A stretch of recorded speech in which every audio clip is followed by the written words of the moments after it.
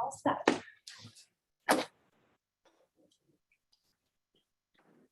This time, I'd like to call the October 5th, 2021, 1 p.m. Board of Commissioners meeting to order. Before we start, I'd like to announce that those that want to join virtually can go on to our website, soundcounty.net, and type in or plug in the numbers to join the meeting. At this time, we'll have a prayer by myself and a pledge by Commissioner Sarkella. Heavenly Father, we thank you for this beautiful day. We thank you, Lord, for the opportunity to live in a free country and to hold our county meetings.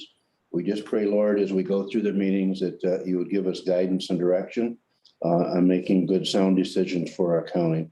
We ask these things in your name. Amen. I pledge allegiance to the flag of the United States of America and to the republic for which it stands, one nation, under God, indivisible, with liberty and justice for all.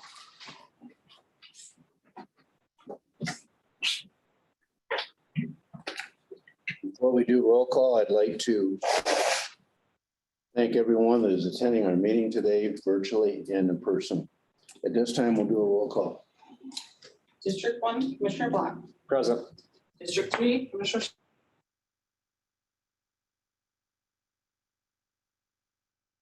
District 2, Chairman Huber. Present. Thank you. Appreciate it.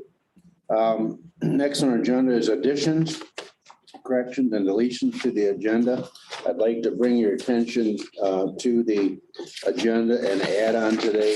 We're going to add on NFA 034-21, authorization to transfer funds for bailiff positions, and that will be last on the agenda for NFAs.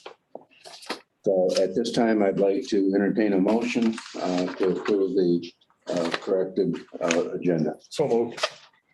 Support has been motion made and support for the add-on of NFA 034-21. Any further discussion? Seeing none, all in favor say aye. Aye. All opposed, same. Next is corrections to minutes for our Tuesday, September 21st meeting. Anyone have any changes or deletions or add-ons to that? Hearing none, I'll entertain a motion to approve the minutes from September 21st, 2021. So moved. Support. Okay, there's been a motion made and support. Any discussion? Hearing none, all in favor say aye. Aye. All opposed, the same. Motion passed. Next on our agenda is correspondence, petitions, and introductions. In front of you today, we have the communications as of October 5th, 2021, and there's 6 listed there. I'm not going to go through each one. And if you have any questions, you can bring it up later in the meeting. Next is commissioners' reports, and we'll start with Commissioner Block. I have nothing for commissioner report today, but I will have committee reports. Okay. Commissioner Saltella. I was able to attend Lexington Township meeting. Agri Valley was working at the north end of their township. The village and Croswell and township all met in regards to their bike trail, and they're also exploring possibly some further work with that, as well as expanding. And they're going to be putting out a resident survey to see what their needs and wants are. And the Michigan Sugar property has been transferred over to them, where the new work was done with the road intersection, and they're working on sewer hookup and improvements in the Meadows subdivision. And then Village of Lexington approved a website, Parks and Recs and Environment staffing. Their fire department's now going to be a 501c3. And then they accepted the Greenbush subdivision, accepted their roads, and they have an interim manager in place now, Amos Williams. He's getting acclimated. And then the Fraser property development, they had asked for some information in regards to some help possibly with some grants there for brownfield development, and Carl Ozentowski's been working on that. I just wanted to commend him because he does a really good job for our county, and he had already met with the people that own the property and took care of that as well. And I just wanted to mention too, attended Dave Hall's funeral, and I just thought it was a very moving tribute to him and his family and to the man himself. And it just made me feel really proud that I live in a county where people turned out and honored him like they did. That was just a really, really good thing. I saw the video on social media. It was very touching. Yeah, there was just people down the side of the roads, flags displayed, and very moving thing. That's all I have. Thank you, Commissioner Sarcella. I'm going to pass because I will be talking on the committees, but I know several of us serve on some of the same committees. So some of the things I'm going to be talking about is the budget meetings we've had, the ARPA meeting, medical care facility, and the Evergreen Park manager. So I don't want to take up anyone else's space. So when I get to that part, say, hey, I'm going to talk about that. So, all right, I'll pass. I attended a Buell Township meeting on the 21st, Elk Township on the 22nd. Buell had approved they did approve the Thumb Electric ordinance that evening. And other than that, it was pretty much business as usual. Last night, I attended the City of Marlette ordinance. They did pass an ORV ordinance where they're allowed in the city limits now. That takes effect on the 24th of this month. And they did set a fee schedule for violations of $150 per occurrence. So hopefully they all stay well behaved and it'll all be good. That's all I have right now. Commissioner Wyatt? Well, I had the opportunity to attend not really attend a meeting, talk to a couple of people in Worth Township on the trustee board there concerning a property that just recently, its affiliation with the building department has been not renewed, and it poses a particular issue with Worth Township to follow up with some blight issues. You know, about 10, 12 years ago, we lost a lawsuit and had to pay almost $1 million to a family because of some eager building department officials in the township that were enforcing a view of the ordinance that they shouldn't have, and ran afoul of the judge's orders, and it cost us $1 million. So Worth Township's a little reticent to pursue with vigor any application of possible ordinance violations with this particular property. And but it's a problem because you got neighbors complaining constantly about an unfinished building project. It's been going on over 10 years. But there may be some movement on it. We're involved through our own building department because subsequent to that lawsuit, the Worth Township designated the county as being the building inspectors. So as of right now, there's nothing going on, right? Thank you. Joe? Tara? Okay, well, since we immediately approved our ARPA consultant at our last meeting, we've held 2 conferences with the consulting team to review the revenue loss calculation. I think that's going pretty well. We've provided them with all the financials that they need, and we're just awaiting the calculation. We're being told we'll have that for our ARPA committee meeting, which is scheduled for Tuesday, October 19th at 11. We also discussed the local jurisdictions and whether or not they should still apply for the ARPA funds if they have not. This was brought up during, this was brought up during our ARPA committee meeting. We discussed the local jurisdictions, and some of them were concerned they wouldn't be able to spend the money. So our consultants are encouraging or telling us to encourage them to still apply because there is still an opportunity to apply. And we could potentially look into revenue loss calculations for those local jurisdictions or even some kind of a district project. So if you have jurisdictions or townships, villages that haven't applied, maybe you want to encourage them to do so. And then just to touch a little bit on the medical care facility, I know Chairman Heberling mentioned that we did meet with them last week. We did. Sure, go ahead and tell that and then I'll have to tell it. Yeah. You can probably say it better, right? Okay. Yeah, absolutely. Well, just wanted to, really wanted to hone in on that employee retention tax credit. So the board had initially approved the Q1 filing. We're just awaiting documentation so we can get that submitted. Medical care facilities working with 2 different consultants. So once we have that information, we can get it submitted. They would like to eventually pursue the other 3 quarters. We did mention that only full board approval. And then what else did we talk about here? Oh, regarding the RFP for the operational audit, I was able to locate 3 different firms that specialize in skilled nursing facilities. I've contacted them. They're all interested in submitting a proposal, so I did share that information. I've actually had 1 email with questions already, which I did refer to Jill. So we're making progress there. And just to follow up with Roger Ballard, Commissioner Ballard, and I mean, we had recommended and directed them to do an audit for obvious reasons. And then they are to pay for that. And then that probably won't take place. So what, January, did we say before we? get it? Yeah, maybe December at the earliest, by the time it gets through the process of, I think the RFP is good through the end of this month, and then it would have to go through the approval process. So I mean, December at the earliest. You already got 3 though. Yeah. You got almost another month to have it out there, eh? Yes. Yeah.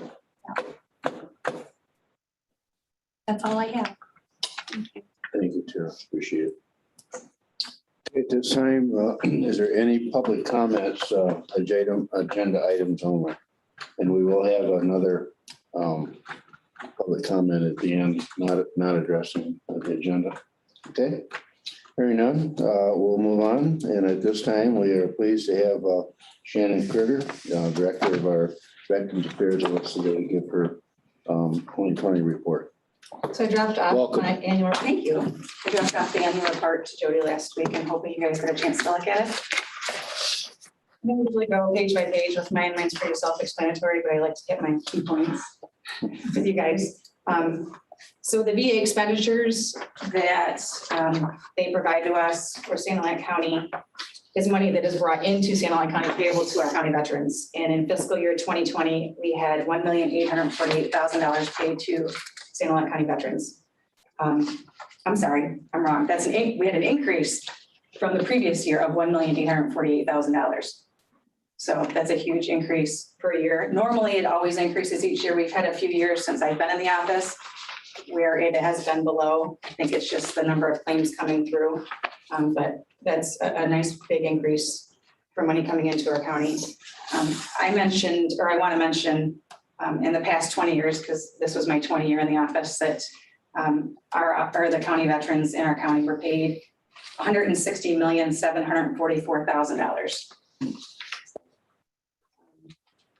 We had an increase of veterans and their dependents in our county this year that live here of 200, which that's the first increase we've had since 2017. And then before that, that was the first, 2005 was the first increase before then. What are you thinking why that increased? I have no idea. I really don't. No. No. It's a good thing, I guess. It's a good thing. I'm actually kind of surprised with the way things, but it is fiscal year 20 and, things were going a little backwards at that point. Sure. So no, I don't know the increase on there. Why. Our transportation program was down last year, obviously due to COVID. We had shut it down completely at one point. And then now we're only up to 1 rider per vehicle. So last year we only provided rides to 169 veterans total for the year. Usually substantially larger, and there is a chart in there showing from year to year where we've transported and who, how many miles and stuff we've driven. Mhm. Is it starting to pick back up, Shannon? It is, we will allow, we were just at one point allowing just 1. And then I asked for kind of approval. I talked to Tara and Bryant to see if we could increase to 2 being masked and both vaccinated and agreeing to ride with each other. And we decided that, but I don't know if we're going to have to back that down again. I'm assuming we may, but most of the time it's 1 veteran per vehicle per ride, just for safety reasons. And we did install barriers spring last year in between the driver and the front seat and the back seat. So there's like a plastic barrier. Obviously, it's not completely, air can get through there, but just another added layer of protection for both the rider and the driver. Last thing I want to mention is we have our Soldiers Relief Fund that we can provide emergency assistance to veterans. In 2020, we paid out $62,583.50 to our local veterans when they applied. And there's a graph on there on the things we pay for We can pay for electric, mortgage, roof repairs, home repairs, we purchase vehicles. It just depends on the application. Everyone's different. You indicated in your report that you coordinated with other departments as well. I see like HTC in here and Blue Water for independent. Yeah, living. sometimes if there's like a huge request, like they need a furnace replacement and they're eligible for HDC or another agency, that we'll coordinate with them and, you know, we'll try to get payment from both of us to lower the cost to each agency. That's good that you coordinate that way as well. You open for more questions? Sure, absolutely.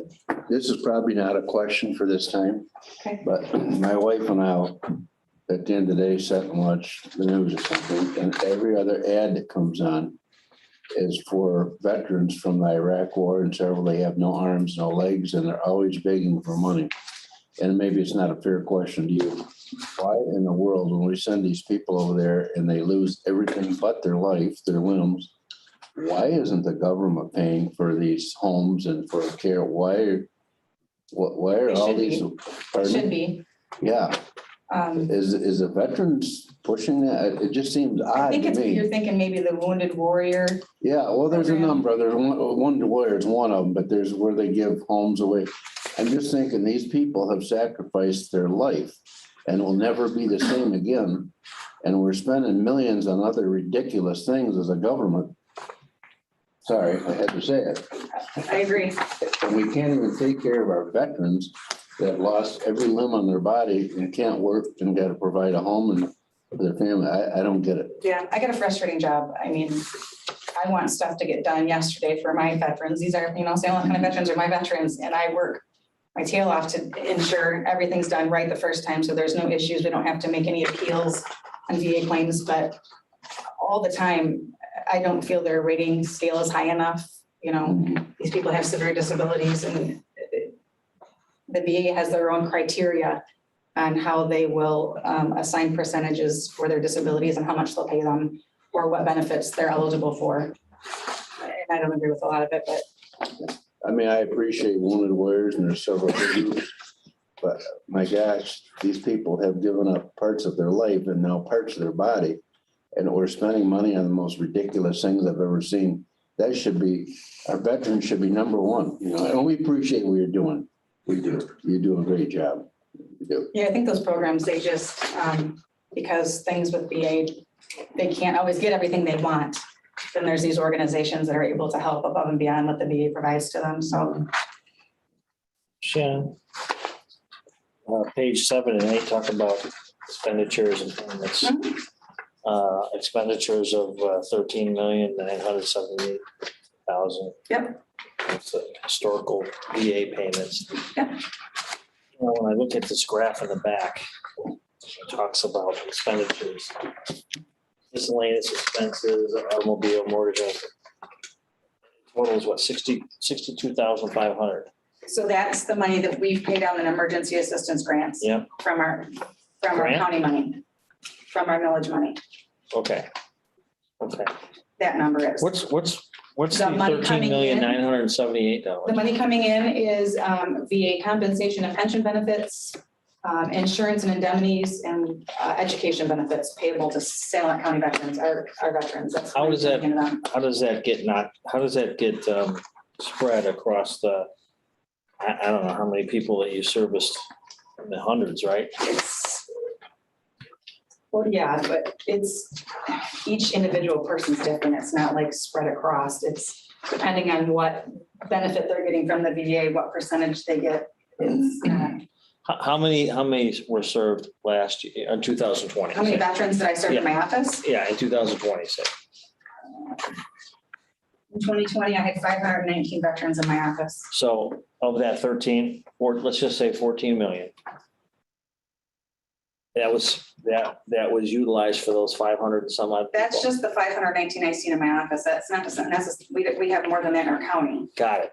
The VA can, for fiscal year 2020, the VA says in San Juan County, there's 2,727 veterans. 2,000, okay. All right. So That's what that money is utilized for a variety of reasons in Sanilac County, it's paid out to them. to those, that 2,000 some odd benefits. people. Are VA benefits usually just given if they have an injury, illness, or some It's got to be related to the service. that's Somehow. related to service? Mhm. It's not a benefit that's just having served.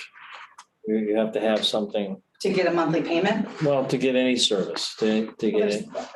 healthcare benefits. You can receive healthcare at the VA for, depending on when you were in, for just having served, as long as you qualify. Mhm, Each VA benefit has different qualifications. Okay. Thank you. Shannon, I have one question. So looking at your chart, it's clear that the financial, the numbers are going up every year. So there's more money in the pot for you guys to provide services. But in your experience and your time there, you have a lot of different departments and things that you have to work with. Is that getting easier or are they getting more strict and difficult to work with? With Just in, the federal VA. yeah, just in general. I think it's getting easier. More things are electronic now. I can submit claims directly from my computer into the VA system. So I'm seeing stuff happen a lot faster for veterans. Okay. But even though it's submitted faster to the veterans, when that employee looks at it, doesn't necessarily mean they're gonna look at all the information I send and not have, they'll still send a letter up to the veteran asking for information. It gets in their system quicker. I don't know how much quicker it's getting processed because they don't look through everything that's in there before asking for more information usually. That's important work. Thank you. Thank you. Any other questions? Are you, excuse me, are you finding younger veterans coming in? I know it took a long time for a lot of Vietnam veterans to even seek out services. And I have a they're lot still coming in because they're still adding conditions related to age Yeah. and exposure. We just had 3 more added. I have a lot of friends that are Vietnam vets, and it took them a lot of years to even I think the go younger seeking guys are out. coming in more by word of mouth. Yeah. They have, we got one guy that comes in and has a really good experience. Then they tell their buddies. So that's a good thing. Yeah. And you're gonna you see a lot of vouchers come through here for me for advertising, but there's no really other way for me to get my name out there. I have people in San Juan County that still don't know my office exists, so I try everything I can and placement ads. If I run it for 6 months and I still get one guy that I get 100% service connected, getting money from the VA, that's kind of spending money is worth it to me, Yeah. just to get them in there, go through everything. Are most of the people, the veterans in Sanilac County, this was the home which they returned back to once they went into service and came back? I'd say for the older generation, yeah. Yeah. For sure. But younger ones, I don't know. It'd be maybe fit that. I can't even say. Can you expound on the burial applications a little bit? So there were 17 burial applications and approved in 2020. Page 2 at the top. Just mentioned in the report. I'm just curious how that how does that County work? burial? Yeah. So, San Juan County veterans who were in during a wartime period and their assets are less than $40,000, not including their home, are entitled to a county burial allowance Okay, payable to the spouse, no matter what, or to a dependent that incurred an expense for the veteran's funeral. so they do have to qualify. Yes, $300? that got pushed up to $600. This year? Yes, a few months ago, because it's in our office policy, my board approved Oh, okay. boosting it up to $600, because honestly, what $300 and the cost of a funeral today is, even $600 is Yeah, not 6, touching anything. yeah. So Shannon, one question I have, and it's been explained to me, and like Roger and I were part of the Vietnam era, right? Well, I wasn't. Era, yeah, but I wasn't in it, But fortunately. talking to a lot of my friends, some of them are in the VFW, some are in the American Legion. And I know how they get to the American Legion because they served during a wartime, correct? Or how does That's a that? club. Uh-huh, That's a club. it's a club. So. So my their- question their would be, in the criteria- burial, so they could have been during the Vietnam era, but it really had nothing to do with. Yep, they don't have to have gone to Vietnam or to war. They just have to fall Right. within the dates of that war. Okay. All right. And if they're not, if they didn't fall into a wartime era, they still get a burial plot? I guess that was my question. We don't provide burial plots. No. No. You- Certain cemeteries have plots set aside for veterans. Mhm. Brown City did at one point. Actually, I think they're maybe the only one, but we don't provide a plot. We just Right, provide. yeah, the um, plaque that goes on the, The, right, the VA will provide a plaque or a headstone for Yeah. the veteran. Our office now provides the flag cases for their casket flags. And then that burial allowance will provide, but not the plaque. Do you have anything that we could possibly hand out at our meetings that we attend, township meetings, villages and so forth? I have tons of brochures. You know, Absolutely. If there was just something sort of generic that we could spend a couple I minutes got just a talking about, generic benefit. that might be beneficial too as Sure. well. Let me know how you want me to get them to you. If you just. Drop them off to Jody. Yeah, if you had some here and we could all grab a stack, because we're constantly going to township and village meetings, and that's another place that we could pass those out. Sure. I'd be glad to do that. When veterans take advantage of the services available to them, is it a thing that if they're taking advantage of it now, they'll forevermore most likely take advantage of it or be able to be There are eligible for certain it? benefits that you're grandfathered in. Yeah. But like I said earlier, every VA benefit's different. Do they get cut off because you're no longer in that group that needs that particular benefit, say, for example? Not necessarily cut off, but like medical benefits, if you're not utilizing it, they can disenroll you. But Yeah. that doesn't mean you can't re-enroll in the future. Is there anything that allows for insurance policies to be purchased on behalf of those individuals that are eligible for benefits? I think of it in terms of like you're talking about this death, this burial benefit, just for those who served during wartime. Is there insurance policies that can be purchased on Life behalf of? insurance? Life insurance, things like that. yeah. A veteran, if they meet the criteria and they're service connected, they can purchase life insurance policies through the VA. Okay. And like imagine a reduced cost or. And it doesn't take into consideration their health issues that are service connected. Yeah. So it's a lot easier for them to get Yeah. the insurance compared to maybe an outside, but I tell them, let's price this out and then you go price it somewhere too, to make sure it's, What's been your experience in that? they usually go with the VA, especially with, if they have several health conditions that are service connected. Okay, thanks. You probably have a brochure for that too, don't you? But life insurance? Yeah. Well, there's I know you got a wall full of brochures. That's benefits. thank you very much, Hannah. Thank Thanks. you. You and Katie do a great job. Thank you. 13A appointments, standing committees, none. 13B, county commissioner appoints to boards, commissions, and committees. We have two under 13B, and therefore board of canvassers. And we're going to appoint two, and there's only two that have put their name in for the running. It's a 4-year term, and it expires on 10/31/2025. And one is Linda Graves, the Republican Party, and the second one is Lorraine Reach for the Democratic Party.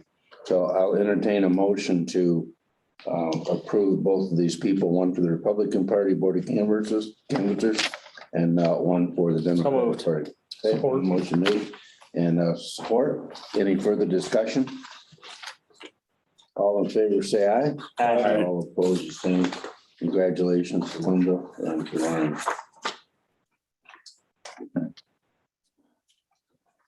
Next on our agenda is committee reports, and we'll start on this end of Simon. Go. We did have a personnel committee meeting this morning regarding what's being forwarded for reclassification requests. There was quite a few, maybe not quite a few, or 5 or 6? 8, yeah. We followed the new policy that we implemented last spring, right? Whereby the department heads will evaluate these reclassification requests. And if they merit in their eyes, a request to actually have it conducted, it's forwarded to the administrative controller, who also reviews it for its merit and be forwarded to the actual reclassification process. So that was done. We did have a personnel meeting where we kind of discussed, because it is a new you say, Process? new process, right? The policy, so it seems like it's working good. Those will go forward. We talked about the possibility of a reclassification study and let's see what else. We discussed with Sheriff Rich the possibility of taking some measures to increase applicants for the existing 7 positions that he is short at the sheriff's office, 6 inside the jail and I think 3 on the road. I think you call that lateral movement, right? Yeah, yeah. So it'll take into consideration pre-existing service whereby our county won't be required to train these individuals to get them into working. They're going to come back with a modified version of that that should be submitted to the finance board next meeting. That's about it. Thank you, Commissioner Wyatt. Before I go any further, I just noticed I skipped over general resolution. We'll come back to that, the resolution you're gonna read later, so. I think that's technically No, it's finished after. Yeah, we're good. Oh, yeah, I didn't miss it, okay. I didn't even have to admit that, right? Too late. Committee reports, Parks meet tonight. That's all I have. And I'm gonna talk a little bit about, in our meeting this morning, we had Jim Ballerman come in. As you've heard us discuss briefly, in the past couple of meetings, we're looking at hiring a parks manager for Evergreen Park. And we give Jim approval this morning to go ahead and do that. I think the medical care facility, we talked enough about that. We talked about the ARPA meeting. A couple of you have talked about that. And I've attended the budget meetings with CMH, with MSU over the past couple of weeks. And then later, we're going to talk about the resolution that we met with the health department. So that's into my report. HDC met and approved all their bills and they're opening up their programs as COVID is finally giving them a little bit of a break. And then the Council on Aging met and approved all their bills and they're dealing with a staffing issue there. But other than that, everybody's moving forward. That's it for me. One thing about parks is we're getting $20,000 from the. Yeah, from- just thought of that. From the state is going to give Sanilac County Parks $20,000 towards being more ADA compliant. So I'm sure we'll have discussed that tonight at Parks meeting, but hopefully we'll be able to buy picnic tables or fire rings and things of that nature. But the nice thing too is that when we do our grant projects at the parks, the more ADA compliant we are, the more points we get. So this is going to kind of help us with grant projects in the future. So it's a pretty good win. Great. And we got Representative Beeler to thank for that because he put that in for us and got it done. We'll take it. That was part of the proposed budget. It was passed. So thank you. And then beyond that, medical control met last week. As I discussed with you guys previously, there was concern over a shortage of providers in the county. They've got, I don't remember the exact number, but it was 6 or 7 people in a class right now. And they were able to get a grant to make the cost of that a little less expensive for those taking the class. So that's good news. And then we also had our health board meeting, a good lengthy meeting that went, in my opinion, really well. And we had some really good discussion about lines of communication and effective communication that I think is going to serve the health board and us very well. So that's all. I think we've made it in regards to communication. I think over the last couple of months, we both sides have really stepped up the plate. And we're moving forward with that. That's Yeah. And a positive thing. I think it went really well. Okay, thank you, John. Now we'll go down and finish business. Resolution in support of medical autonomy. So I believe that's Joel, you're going to So go through that. 2 meetings ago, in September, we had a resolution that we discussed. Brian Wilkie, when it was last meeting that you spoke on it, right? Yeah. And since then, I've had a conversation with Director Wilkie. You'll see the reference to that on the second page of this resolution. And we reworded it along with Commissioner Block to be as follows. Resolution in support of medical autonomy. Whereas we elected officials have solemnly sworn an oath to support the Constitution of the United States of America, which is ordained and established to promote the general welfare and secure the blessings of liberty to ourselves and posterity. And whereas the current federal government plan to force employers in the United States to coerce employees to vaccinate or submit to testing for COVID-19 is in direct conflict to the medical autonomy of free citizens, and whereas citizens being informed about the risks and benefits of any available medical interventions, such as vaccines and face coverings, and that with the consultation of their own medical care providers, have the information necessary to make informed decisions regarding their own bodies. And whereas the citizens of St. Lawrence County have the sacred and inalienable right to make autonomous choices about their own health, this being essential to securing both the general welfare and securing the blessings of liberty. Therefore, St. Lawrence County shall not require or mandate to any employee, prospective employee, contractor, or employers any form of COVID-19 vaccine or similar medical intervention requiring the introduction of a substance into the body without having exemptions for those who, for religious or medical reasons, elect to forego such medical intervention. Therefore, the aforementioned individuals may claim such an exemption without question, inspection, or any form of validation, save for the documentation of such a claim of exemption. Therefore, all St. Lawrence County messaging related to vaccines, face coverings, and other medical interventions shall encourage citizens to discuss the risks and benefits of any such treatment with their chosen healthcare provider or public health agency if they do not have a private healthcare provider. Therefore, the St. Lawrence County Board of Commissioners authorizes the board chairperson and staff to forward a copy of this resolution directly to all county commissioners or their equivalents in each of the 83 counties in the state of Michigan. Therefore, be it further resolved that this resolution be spread upon the proceedings of the St. Lawrence County Board of Commissioners this 5th day of October, 2021. Okay, there's been a motion made I'll support. and there's been a support made. At this time, I'll open up for discussion or questions. Hearing none, all in favor, say aye. Aye. All opposed, the same. Motion. We need a roll call. Roll call on that. Oh, sorry, you're right. District 3, Commissioner Sarcone. Yes. District 4, Commissioner Gallagher. Yes. District 5, Commissioner Wyatt. Yes. District 1, Commissioner Black. Yes. 2, Chairman Huber. The motion passed. Next on our agenda is new business, and we will start with FA 15321. The St. Lawrence County Board of Commissioners hereby approves the payment of current claims for 2021 identified in the accounts payable report dated September 28th, 2021 for the general bank account in the amount of $383,620.28. Support. Okay, the motion made and support for approval of 221 current claims. Any further discussion?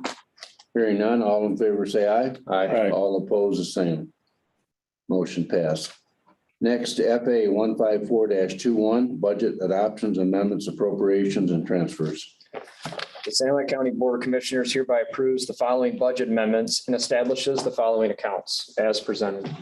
Support. Okay, been a motion made and support for FA 15421. Any further discussion? All in favor, say aye. Aye. All opposed, the same. Motion passed. Next, FA 155-21, authorization, repair, replace equipment. The St. Lawrence County Board of Commissioners hereby authorizes Thumb Radio Incorporated to repair or replace critical equipment at several tower locations to ensure the continuousness of the St. Lawrence County communication system at a cost not to exceed $13,884 with funding from the 911 millage. Support. Okay, been a motion made and support for FA 15521. Any further discussion? Hearing none, all in favor, say aye. Aye. All opposed, the same. Aye. Motion passed. I was good. I wish I had said something earlier and get rid of continuousness and maybe put continuity. Yeah, That's a tough one. I wanted to say continuity. I know you It was did. spelled out continuousness. Okay. All right, next, FA 157-21. Approval of represent. No, 158. I missed one, okay. One, I thought I did, and I'm sorry, Gary. It's all right. FA 156-21 award authorized bid to purchase pager. The Sanilac County Board of Commissioners hereby awards and authorizes for immediate approval Midcom Radio Communications Incorporated, the bid for the purpose of purchasing 120 unication pagers for fire/EMS at a cost not to exceed $39,105 with funding from the 911 millage. Support. Had been motion made and support for FA 156-21. Any further discussion? Hearing none, all in favor, say aye. Aye. All opposed, same, motion passed. Now, next, FA 157-21 approval of representative payee service. The Sanilac County Board of Commissioners hereby approves the letter of agreement for representative payee services between Sanilac County Mental Health Authority and Sanilac and County of Sanilac Representative Payee, effective October 1st, 2021 to September 30th, 2022, and further authorizes the board chairman to sign the necessary document. Support. Yeah, motion made and support for FA 157-21. Any further discussion? Hearing none, all in favor, say aye. Aye. All opposed, the same. Motion passed. Next, FA 158-21, authorization to dispose of vehicles as pertain to the sheriff's office. The Sanilac County Board of Commissioners hereby authorizes the sheriff's office dispose of two vehicles, a 2007 Ford Explorer VIN ending in 70709 with 191,904 miles, and a 2012 Dodge Charger VIN 41740 with 148,639 miles through Albright Auction Service of Vassar. Further authorizes all proceeds from the sale be deposited into the sheriff's office vehicle line item. Support. Okay, been a motion made and support for FA 158-21. Any further discussion? Hearing none, all in favor, say aye. Aye. All opposed, the same. Motion passed. Next, FA 159-21, award and authorize bid for courthouse security services. The Sanilac County Board of Commissioners hereby awards and authorizes the bid for courthouse security services to STT Security Services of Mount Pleasant, effective January 1st, 2022. Further, to recommend approving a 3-year agreement with STT Security Services and authorize the board chairman to sign the necessary agreement. Support. There's been a motion made and support for FA 159-21. Any further discussion? All in favor, say aye. Aye. All opposed, the same. Motion passed. Next is FA 160-21, authorization of payment to convert to natural gas park commission. The Sanilac County Board of Commissioners hereby authorizes a payment not to exceed $4,922.82 to Semco Energy for the purpose of converting to natural gas at Lexington Park. Support. There's been a motion made and support for FA 160-21. Open this up for discussion. Do you want to expand any on that, Commissioner Baylor? Okay, Just converting from propane to natural gas. all right. All in favor, say aye. Aye. All opposed, the same. Motion passed. Next is FA 161-21, award to authorize a bid for ARPA oversight and compliance service. The Sanilac County Board of Commissioners hereby awards and authorize the bid to iParametrics for the purpose of ARPA oversight and compliance services, and further authorizes the board chairman to sign the necessary contract. Support. Okay, there's been a motion made in support for FA 161-21. Any further discussion or comment? Hearing none, all in favor, say aye. Aye. All opposed, the same. Motion passed. Next is FA 032-21, acceptance of the 220 Veterans Affairs Annual Report. The Sanilac County Board of Commissioners hereby accepts the 2020 Veterans Affairs Annual Report as presented. Support. Okay, any further discussion? Hearing none, all in favor, say aye. Aye. All opposed, the same. Motion passed. Next on the agenda is NFA 033-21, approval of revised project authorization, Sanilac Transportation. The Sanilac County Board of Commissioners hereby approves the revised project authorization for your 2018 section capital formula grants for rural area programs. Support. There's been a motion made and support for NFA dash 33, no, excuse me, NFA 33-21. Any further discussion? Hearing none, all in favor, say aye. Aye. All opposed, the same. And last was the add-on that I mentioned to change our agenda at the beginning of the meeting, NFA -034-21. The Sanilac County Board of Commissioners hereby authorizes transferring the remaining funding for the part-time bailiff positions from the circuit court budget to the sheriff's office budget for the purpose of placing 2.5 FTE part-time court bailiff positions under the sheriff's office, further decreasing the circuit court FTE by 2.5 part-time bailiff positions. Support. We've got a motion made and support for NFA -034-21. Any further discussion? All in favor, say aye. Aye. All opposed, the same. Motion passed. This time, we're going to open up the meeting to public comment. If anyone has any public comment they'd like to share today. Hearing none? Comment Yes. as a board member. I hope this resolution, people will read the whole thing and it encourages them to go ahead and get vaccinated. There's a lot fewer dead people from getting the vaccination than there are that haven't gotten it. So.